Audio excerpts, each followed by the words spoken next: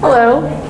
Like Patty said, this was all in my backyard. Several years ago, I decided to try and put in more native plants, both flowers and shrubs. And I just started gradually. I put in like one flower bed at a time.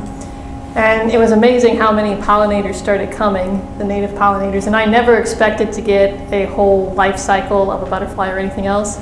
It's just my boys, when they were younger, we'd go outside and we started looking around and we just started seeing all this stuff. So in your own yards, you never know what you're going to find, just keep a lookout. But the first one is the spice bush swallowtail. And I planted a spice bush on the side of my house, and then all of a sudden, like a year or two later, I started seeing all these first green and then yellow things crawling around, and I had no idea what they were. But when I did research on them, I found out that they were the swallowtail larvae. So, hang on, let me get it over there. There we go. So for any butterfly, there's a life cycle that they go through, and it's the same process. The time frame might be slightly different, the length of time for each stage, but they all start out as an egg. A lot of times it's a single egg laid on the underside of a leaf. Now some species are specific to certain plants, like the monarch has to lay an egg on milkweed. The swallowtail, the spice bush swallowtail, likes spice bush. They also like sassafras and some other plants. So they start out with an egg, and then about 4 days later, the egg will develop and a caterpillar emerges. And that's what you can see up on top, the green one. And that stage, they go through several changes because they'll eat and they'll grow. And then as they grow, their skin gets too tight, so they have to shed their skin, they molt. And they go through about 5 instars, or 5 stages, where they're growing and molting, growing and molting. And after the 5th instar, they change, and when they molt this time, they go into the chrysalis or the pupal stage. And then after, again, 10, 14 days, somewhere in there, they emerge as the butterfly. So for the spice bush swallowtail, these are 2 of their host plants. On the left is a spice bush, and then on the right are the sassafras leaves. And what they do is the spice bush on the left, they take the leaf and they use it both as shelter and as food. They will take part of the leaf and fold it over on themselves, and they hide in there during the day. And on the right you can see, I unfolded the leaf and you can see the little larvae inside. But they also come out and they eat that same leaf at night. So it's food and shelter for them. Kind of cute little face. Yeah, doesn't it though? So during the 5th instar, they will actually change color. The spice bush swallowtail will go from that greenish color that you saw to this yellow-orangish color. And they'll start to wander. They'll leave their host plant, and they're looking for a place so that they can pupate. So that was one just crawling up the side of my house. And then once they find the place that they want to attach to, a lot of times it's on a stem or a leaf, but this one, like my house, they anchor themselves to it, and instead of molting and coming out as another caterpillar, they form the chrysalis. And on the right is what the chrysalis looks like for the spice bush swallowtail. Okay. Now the chrysalis can be different colors for the spice bush swallowtail. A lot of times it depends on what they are attached to. If they are attached to a stem, a lot of times they're brown. If they're attached to a leaf, they're green. These 2 both attached to my garage, which was white, and they came out 2 different colors. So I don't know why they decided to do that. But there's 2 different images of them. And they stay in the chrysalis stage for 10 to 20 days, unless they're overwintering, in which case they'll stay in that stage all winter long. These were about 15 days apiece. So what we did is my sons and I would go out almost every day and we'd look at them and we'd take different pictures. And this is right before the butterfly was going to come out. When a butterfly emerges, it's called eclosion. And this is the pre-eclosion phase. You can see how it's darkening, it almost looks like. Sometimes, depending on how the light hits it, it's like it's getting clear. It's like that greenish or brownish coloring is going away. So you can see the different time stamps on the bottom of how that was progressing throughout the day. And then there is the butterfly. It came out. When butterflies come out, their wings, they have to pump fluid into them and they have to dry them out. So they'll often hang around right by, well, the shell of the chrysalis now, and they'll wait until their wings dry, and they'll just be there for a while. And then all that'll be left is an empty chrysalis shell. Sometimes there's fluid in the bottom. That's meconium. It's just a waste material. Sometimes you see it dripping down below hand, but that's oftentimes all you'll see left. And those can stay there. They stayed on my garage for a long time without falling off. So that's oftentimes all you'll see, but you'll know a butterfly had been there. And then it all starts over again. So that is the life cycle of the spicebush swallowtail. Oops. Let's see if I can get it.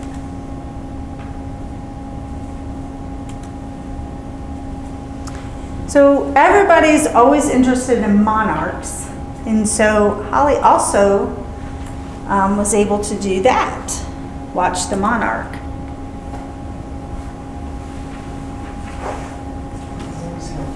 Okay.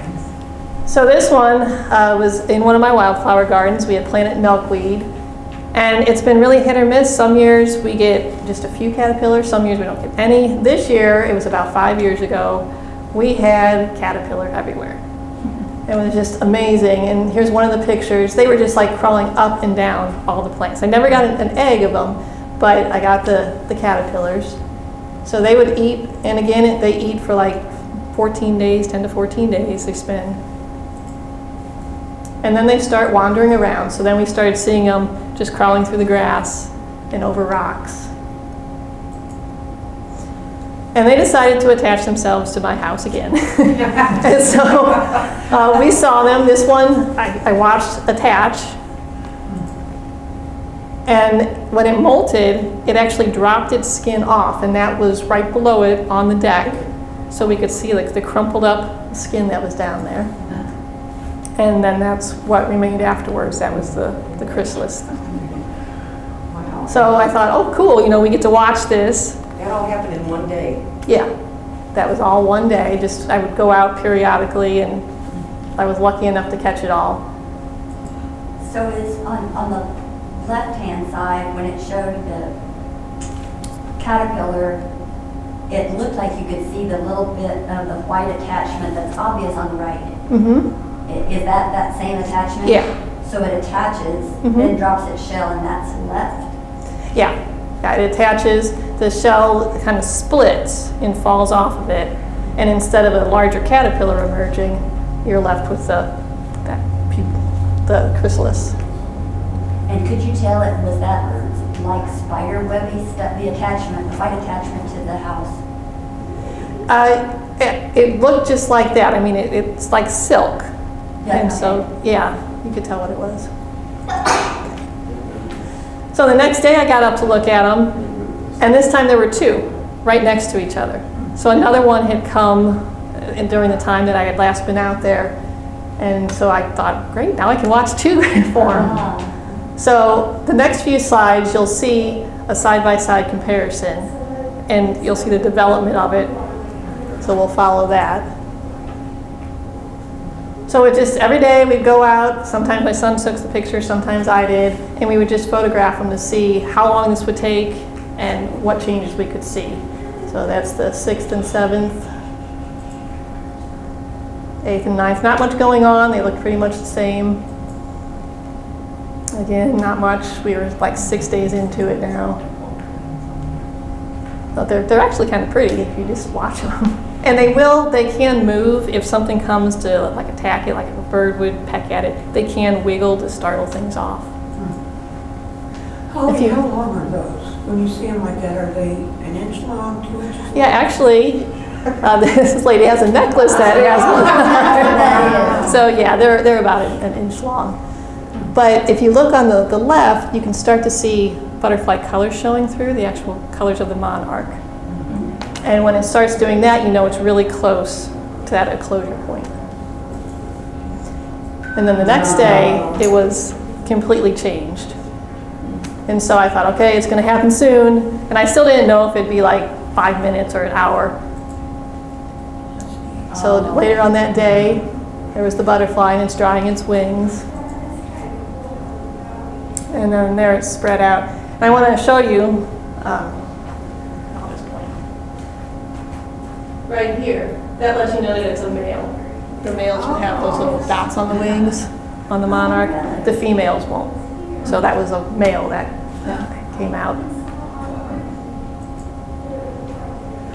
So that's just showing you where they both were, how the one is gone now. There's just the empty chrysalis. And the bottom one is still there. But the next day, when I went out in the morning, that one had completely changed color, so I knew that one was going to come out too. And sure enough, later that day, there it's hanging. And then there it had gone down into the mulch by our porch. Wow. So then that's all that was left on the wall, is just the empty chrysalises. And there's the two. When they fly their first flight, they usually don't go that far. They just take it like a practice flight and land somewhere. And they stayed on these areas for a little while before they flew off. And I've got, if I can get it to play. This was the first flight of that one. So it sat there and it opened and closed its wings for a while.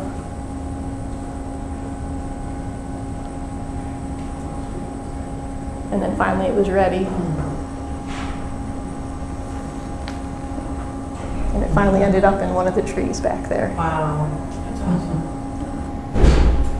So that is the life cycle of the monarch, and you saw the swallowtail.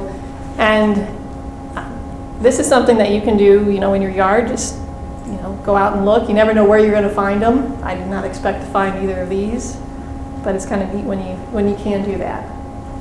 So that's my part, and I'm going to turn it over to Patty now. Thank you. That was very interesting.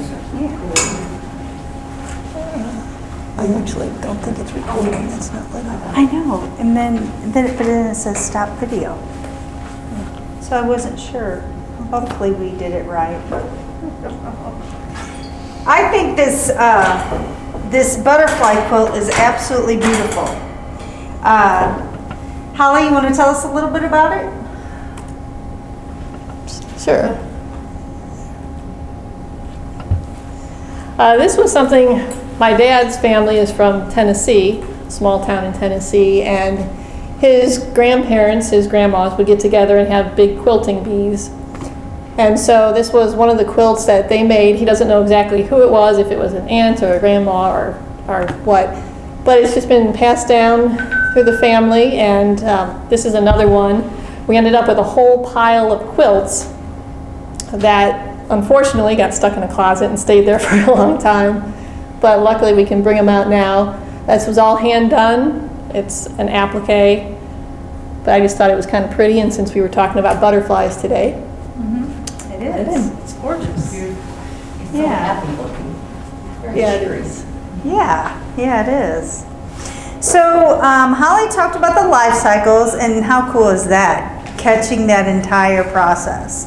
That's something that we dream of at work. So I'm going to talk about the actual butterflies that we have at Bennett. And here we go. So I'm the naturalist here.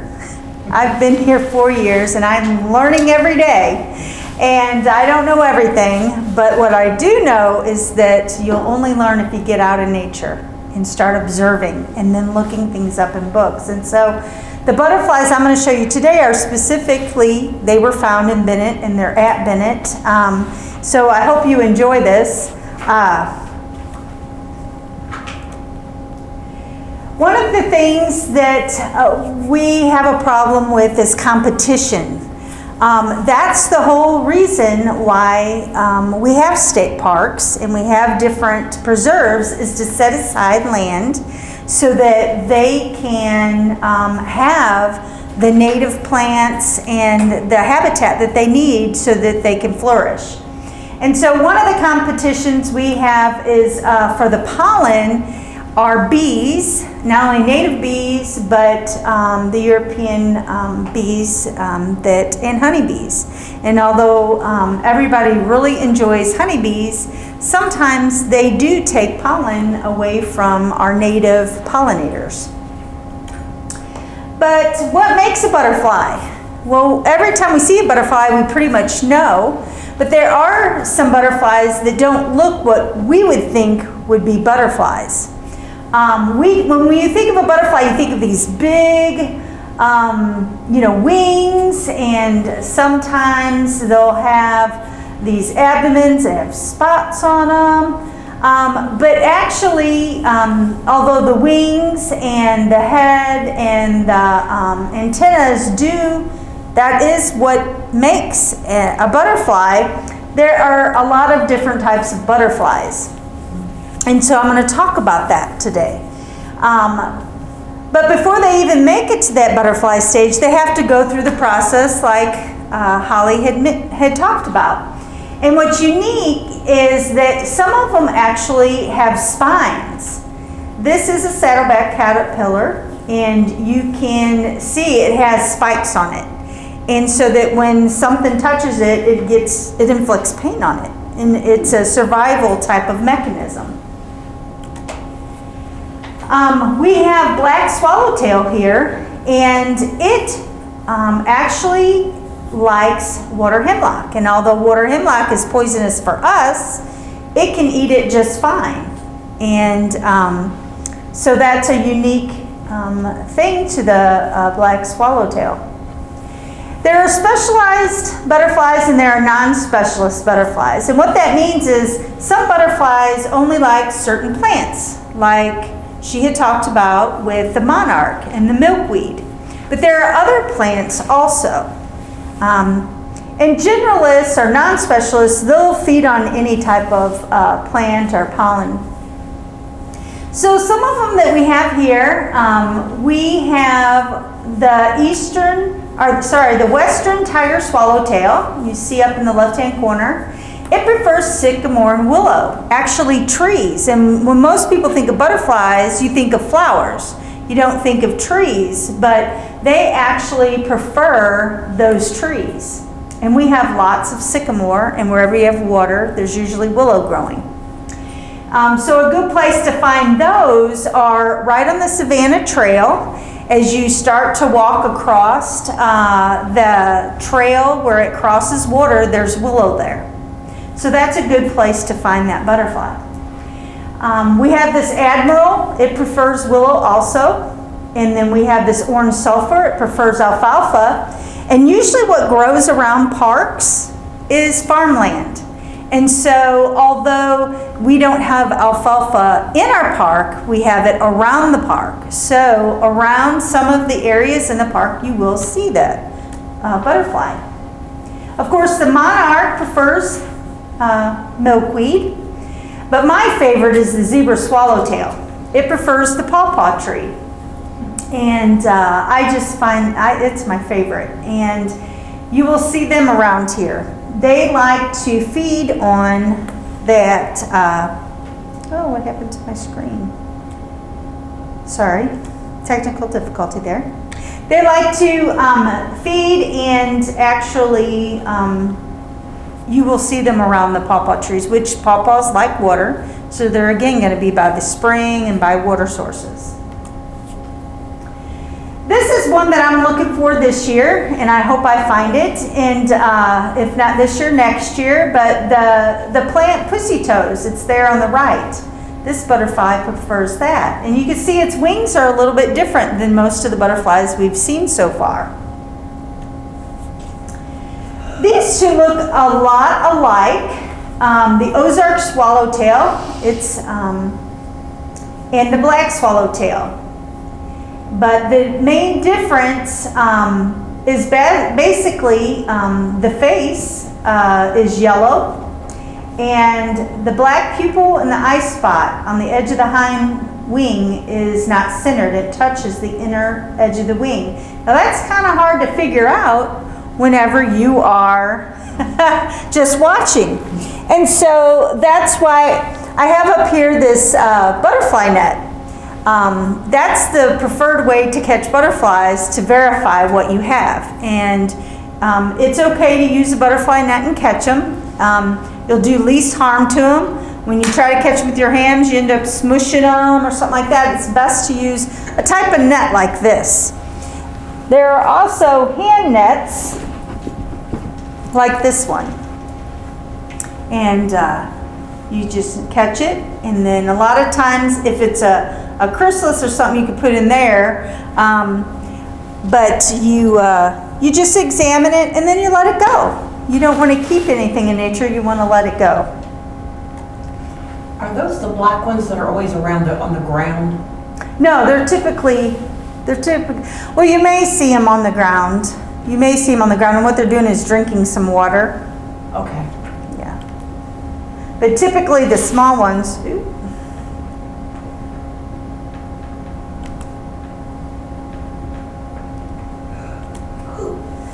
So this is a caterpillar that's pretty unique. It's a saddleback, and you see it has the little tufts on it. And you see how it's underneath the leaf? These are ways you can spot them or find them. You'll see how they've actually been eating on the leaf of the one in the lower left. It's actually camouflaged right on the stem. Can you see it there? And sometimes they'll be in the fold. See how it's folded over, just like Holly showed also? The leaves will look folded over, and if you unfold them, chances are you'll find a butterfly there. This is an interesting type of relationship. They often have parasitoids, I don't say that right, but see these little white things? They kind of help them out, and they'll have different things in nature that helps them out, because if something else comes there, they will eat them, or they'll actually benefit them in some way. This one blends in too, and you can see how he's eating the leaf, really pretty, and you see the horn at the end. You see the horn there at the very end? Some of them have horns at the front and the back. Some have tufts. Each butterfly species has their own uniqueness to it in caterpillar form. There's that spice bush swallowtail where it looks like it has huge eyes. And that's a deterrent when other predators see it. They think it's something else and maybe not something to eat, if it's a bird trying to eat caterpillars. The black swallowtail I see quite regularly here at the park and on the Savannah Trail.